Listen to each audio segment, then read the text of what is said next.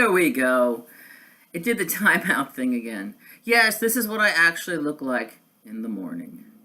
Mrs. Chester here with my cultural appropriation Indian kind of dress thing on. Saturday morning. I took a day off during the week just because I hadn't slept. Been doing a lot of thinking. I think the older I get, the more thinking and the actual less locomoting I do. And this is going to be entitled, it has such a good title. What was it? Oh, In Terms of Others. Now, this week we've had a couple of celebrity suicides, and I did post on my Facebook about Kate Spade. I was not happy with the way they were reporting her death. Oh, it was because her husband left her. I thought this was pointless. I mean, they weren't getting divorced. There seemed to be a decent relationship, but they have to make it out like, oh, the despairing woman, she's doing an Emma Bovary. And they also couldn't figure out her method of death, which was not unusual. But it's just amazing how in this day and age, people who, like to sensationalize suicide don't understand it. Now, I've had training in it. I've known, while myself, I have not been suicidal. I know people who do have those tendencies. I do know people whose parents have taken their lives, whose spouses have done that also, and it always kills me when I hear the things that happen, and of course with the drug-induced deaths of so many celebrities, that seems to be like par for the course. But when someone comes out and ends their life in a sudden, what we think is a sudden and dramatic matter, there has to be more sensationalism. And then the next day, Anthony Bourdain comes out and decides to do the same thing. Now, of course, they don't seem to be picking apart really the motivation as much. There seems to be a lot more praise on what he's done in his life. This is what I'm seeing.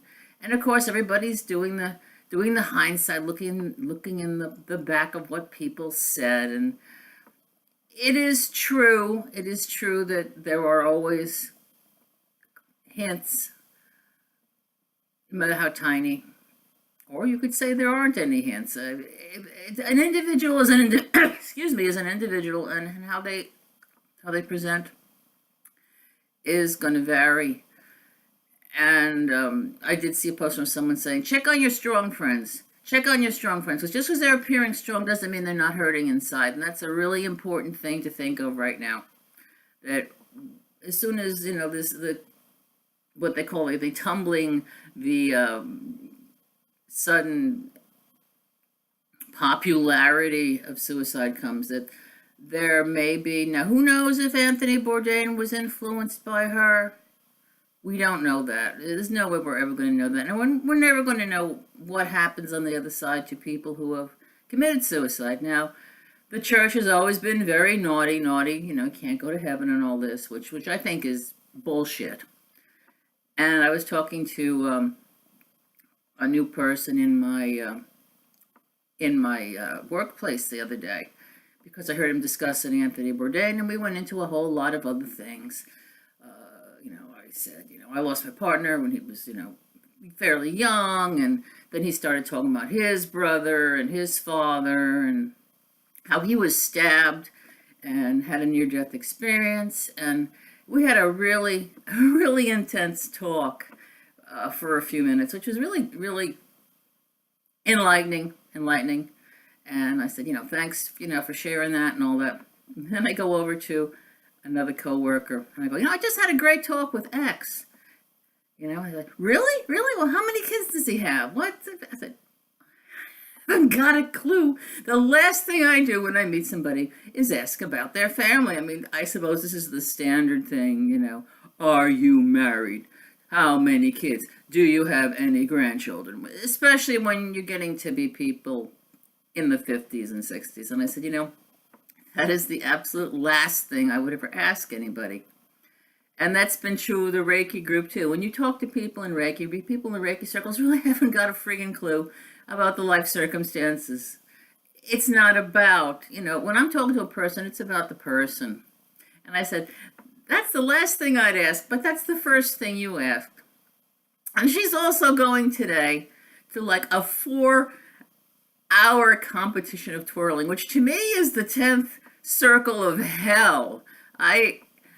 In terms of others, you can't define a person in terms of others. It can't be done. A lot of comparison. I think a lot of, especially the older male suicides now, there's just statistically, women attempt more suicides, but men actually are successful 3 times as much because a lot of it is financial, a lot of it is ego. It's in terms of others.